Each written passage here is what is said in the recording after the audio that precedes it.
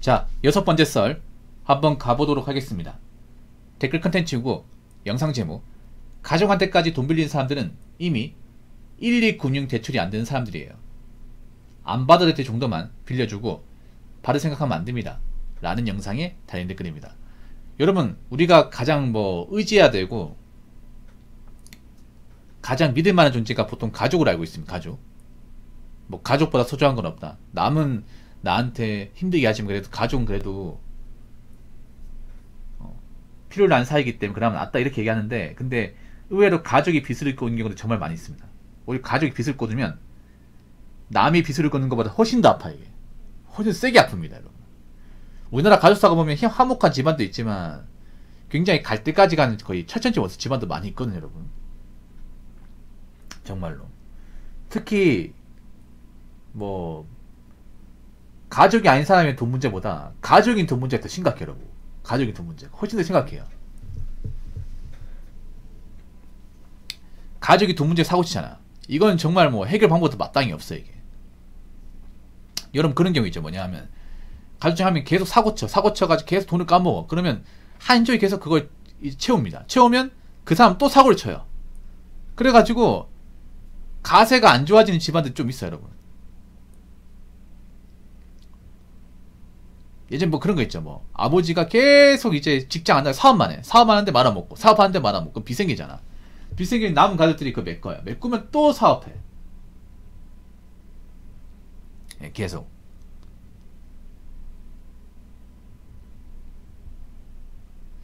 아니면 이제 가족 중에 한 명이 투자 같은 게 날려먹어요. 날려먹으면 지가 갚아야 되는데 지가 못 갚으니까 겁나니까 이제 부모님은 남 가족한테 도와달라고 하는 거예요. 그러니까 도와주죠.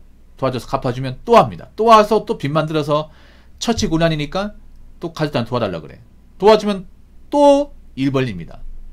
제가 비투한 사람들이 인간을 안 보는 이유가 이런 거예요. 지들이 벌려놓고 막상 해결 못하니까 그때 가서 가족을 찾습니다. 그 비투한 사람들 95%는 쫄보입니다. 쫄보. 날려먹은 쫄보가 돼. 세상 최강의 쫄보가 됩니다.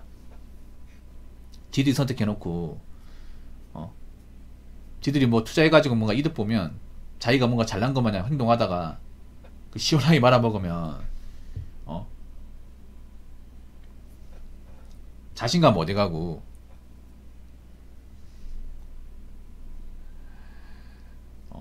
겁 많은 사람 돼버려요. 겁 많은 사람. 그래가지고 자기가 이제 남은 집 감당 못하니까 바로 이제 부모님한테 가가지고 도와달라고, 한 번만 봐달라고, 이런 경우 덜 있거든요. 근데 도와주면 안 됩니다, 여러분. 특히 가족끼리 돈 문제는 정말 심각해요, 여러분. 우리나라가 정말 심각합니다. 여러분도 아시겠지만 작년 이제 친족산들회가 위헌 개정 나왔거든요. 친족산들회 위헌.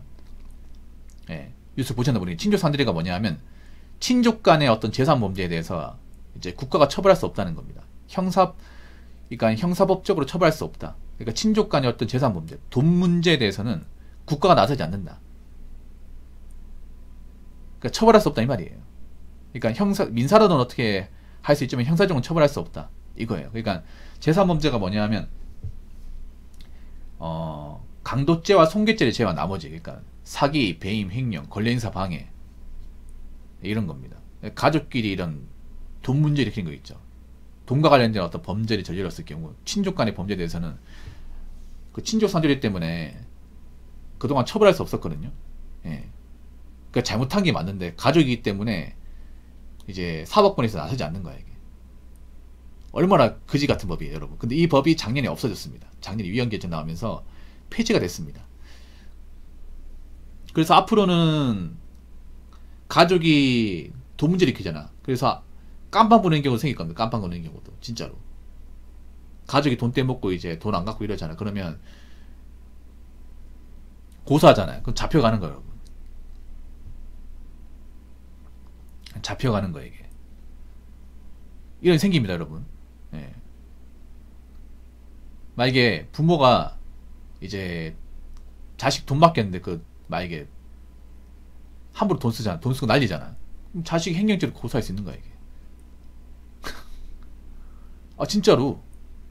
할 수 있어요, 여러분. 충분히.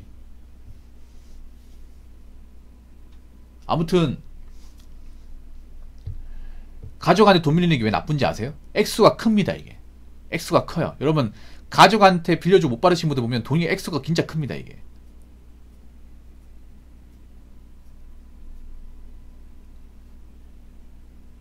액수가 정말 큽니다, 이게. 액수가. 예.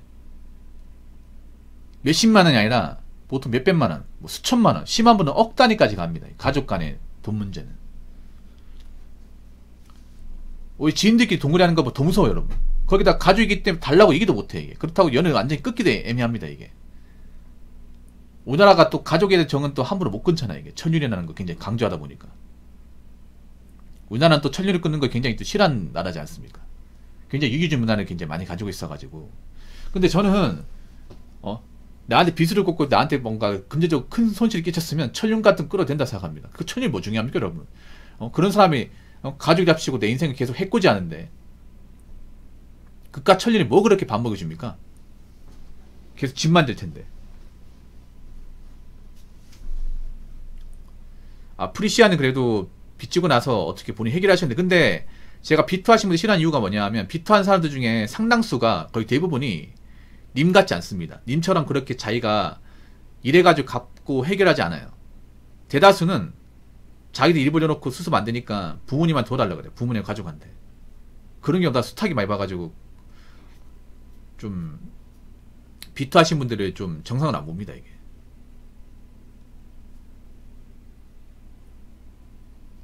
그래서 저는 가족끼리 돈 문제는 웬만하면 만들면 안 돼. 오히려 남보다 더 무서워요, 이게. 남보다. 진짜로. 막 가족이 뭐 금전적인 일이 있으면 내가 딱 해줄 만큼 해주세요. 해줄 만큼 해주고 더 이상 해주지 마. 아니면 자꾸 해달라고 하면 연 끊으면 됩니다. 연. 예, 안 보고 살면 됩니다. 뭐 가족이라 평생 봐야 되고 뭐 평생 형제끼리 우애 다져야 돼, 그런 거 필요 없어요, 여러분. 우애라는 것도 서로 문제가 없고 피해를 안 줘야 우애가 있는 거지. 나한테 피해란 피해는 다 주고 해결도 못 하는데 그딴 우애 같은 게 무슨 소용이 있습니까, 여러분? 여러분, 아무리 가족이라도 정에 약해지지 마세요, 정에. 아무리 가족이라 하더라도 나한테 피눈 흘리게 만들고 나한테 금전적으로 막대한 피해를 주면 그건 가족 아닙니다, 여러분. 이미 가족의 어떤 범위를 초과한 겁니다. 넘어선 거예요. 그때부터 나무로 봐도 됩니다. 안 보고 살아도 됩니다. 이런 경우 진짜 많아요. 가족인데 가족이 집만 되는 경우. 도와주지 못할 멍정 일만 벌려가지고 앞길 많은 경우 좀 있습니다. 그러면 사실 그때부터 가족 아니에요. 안 보고 살아야 됩니다. 괜히 약해지지 마세요. 자, 댓글 한번 읽어보도록 하겠습니다. 틀린 말 1도 없어요. 저희 가족 중에서 돈 빌려가서 갚는 사람 한 명도 없고, 오히려 갚으라고 했더니 선하다 어쩌다 뭐뭐하고 오랜 시절 친구라고 믿었던 사람도 돈 빌려간 후 잠수 타고 돈은 애초에 절대 빌려주면 안 돼요. 돈 잃고 상처받고 마음고생하고 지금까지도 천분이 납니다. 왜 천분이 나는지 아세요? 내가 좋아했던 사람이 믿었던 사람이니까. 네. 그러니까 생각해봐. 내 피 같은 돈 떼먹고 거기다가 사람한테 배신당하고 얼마나 천분이 날까, 이게. 보통 돈 빌려주고 못 받는 사람들 보면 사람은 너무 좋아해. 정이 약한 사람들이 많아요. 정에. 내가 살아보니까 정이 약한 건 절대 장점이 아니야. 약점이에요. 약점. 이용당하기 쉬운 사람이야. 이용당하기. 여러분, 보통 한국 문화가 보면 정이라면 다 좋은 거라 생각하는데 아니에요. 좋은 정과 나쁜 정 구분해야 돼. 좋은 정은 남한테 피해 안 주고 선을 넘지 않는 거. 그게 좋은 정이고, 나쁜 정은 뭐냐 하면 오래 알았다는 핑계로 막 이것저것 신세지고 금전적 부탁하고 약속 안 지키고 이용해 먹고, 이게 나쁜 정이죠. 한국의 정문화 보면 사실 나쁜 점이 굉장히 많아요, 여러분. 뭐 친구라는 이유만으로, 오래 알고 지냈다는 이유만으로 나한테 뭔가 붙어먹으려 한다거나 아니면 이제 금전적으로 이용한다거나. 여러분 그거 하시기 바랄게요. 가까운 사람 있죠. 지인이나 친구나 가족이 나한테 돈 부탁을 해. 그러면 그 사람은 갚으다가 애초에 없습니다. 돈을 빌려가서 갚아야겠다는 생각이 없어요. 그냥 달라고 하는 겁니다. 달라고 하는 거라니까. 대부분 나쁜 의도를 가지고 있어요. 저는 그렇게 생각해요. 가까운 지인이나 가족한테 돈 빌린 사람 90% 이상은 처음부터 갚을 생각 안 하고 빌려고 하는 겁니다. 이거 자체 싹수가 노란 거죠. 아, 생각해봐. 이 가족 중에서 돈 감는 사람 없고, 친구 중 돈 감는 사람 없잖아. 이 사람들 처음부터 갚을 생각이 없었습니다. 생각해보면, 돌이켜보면 본인만 몰랐던 것 뿐이에요. 이 댓글 적은 사람도 제 말 이해할 겁니다. 아, 이 사람들 아예 처음부터 나한테 고의적으로 갚을 생각이 없었구나. 난 순진하게 오래 알고 지냈기 때문에, 가족이기 때문에, 그래도 오랫동안 알고 지낸 친구이기 때문에 그냥 순진하게 믿었던 것 뿐인데, 그게 화근이었구나. 아, 그게 문제였구나.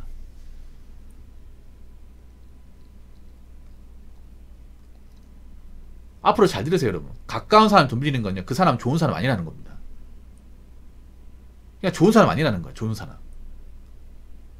오래 알고 지낸 거 아무 소용없어. 그래서 가까운 사람 돈 부탁은 좀 다르게 보셔야 돼. 정에 휩쓸리지 말고. 아시겠죠? 제가 살아보니 그래요.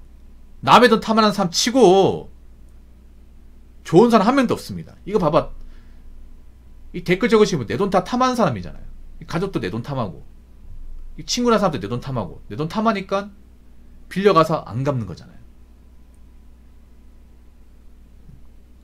애초에 처음부터 갚을 생각이 없으니까 안 갚는 거잖아. 그리고 이 사람들은 대부분 갈 때까지 간 사람들이야. 나 말고도 대출받는데 빚진 데 많아요. 본인한테만 돈 떼인 게 아니라 다른 데 돈 떼인 데 많아. 이게 저 사람들한테 돈 받아야 되는 사람들 많아요.